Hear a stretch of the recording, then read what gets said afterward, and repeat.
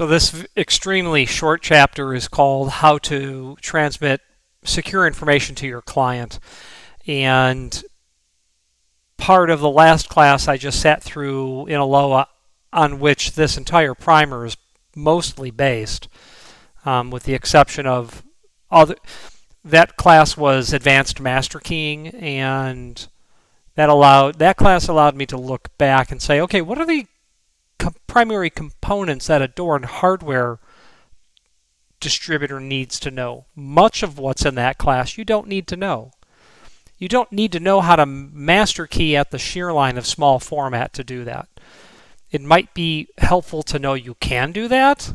You know, if your client says, I need to be able to have different control keys work these small format cylinders on the same property, or the science of how to expand an exhausted keying system. That's going to be under the realm of the people doing the combinating, probably the factory, but there are distributors I know who do their own key work, or have someone who comes in and does it for them, or they have a locksmith that they work with. And in those events, those scenarios, they're much more intimately related to the process. But there was measurable time at the beginning of class talking about you just don't email someone's bidding list to them. And what was said to the students, listen, if your customer wants to send that to you, that's their business. But you are in no way, shape, or form to reply back in an unsecured channel this stuff. So I have biddings for, you know, and if you really think about it, if you keep biddings as well, hundreds of millions of dollars of real estate. And it's all under password. It's all backed up, and it's secured. And in this class, this Advanced Master Keying Specialist class, we were taught the importance of secure communications, why you have to have it, and how it's unacceptable to do it any other way. So let's switch to the screen view, and we'll just read this very short chapter.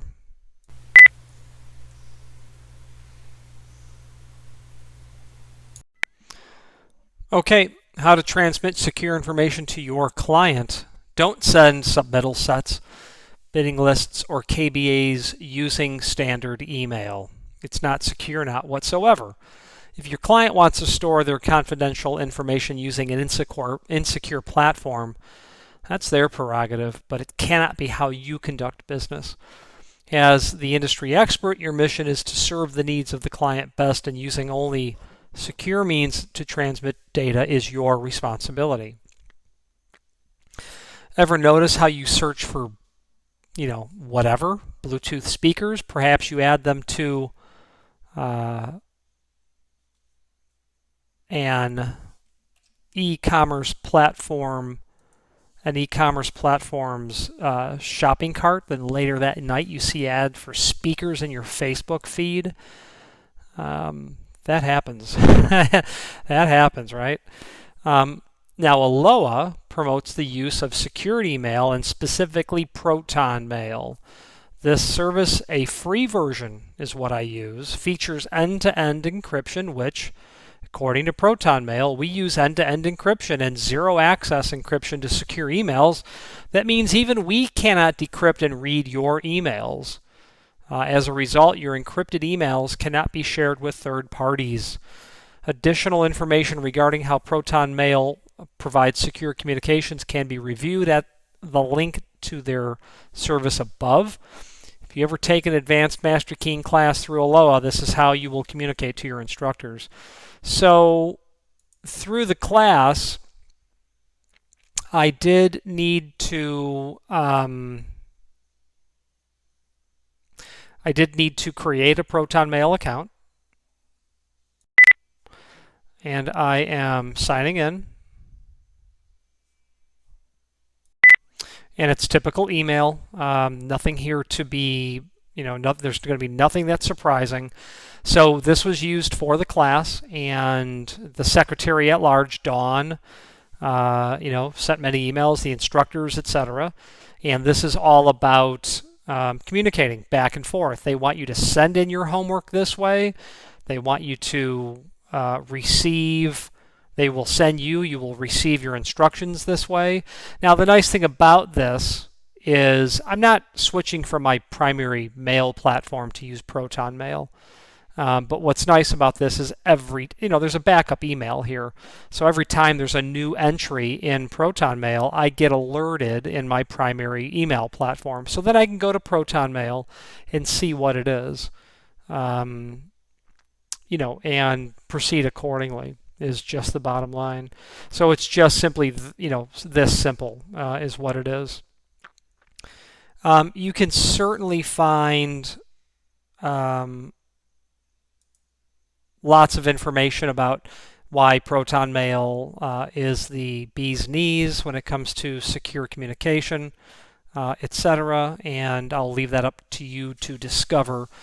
But if the people teaching the class who are involved in millions of dollars of keys, cylinders, and key work use it, I'm thinking I'm in good company. So let's wrap up this video on camera.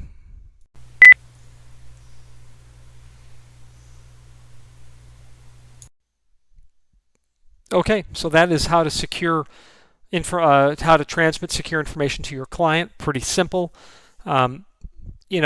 Mailing something, sure. I guess I would probably not do it at all. I would probably I would make sure that the method of shipping was secure or transmission.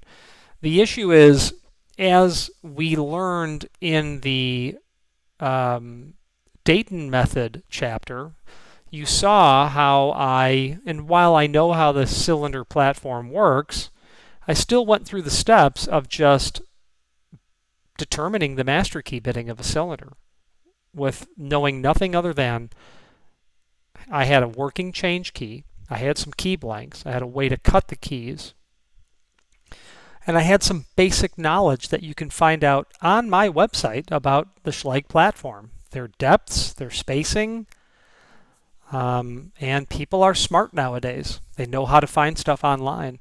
So if someone were to get a hold of that bidding list, the only answer is that everything has to be rekeyed. Undeniably, irrefutably. That security's been compromised, it all has to be redone.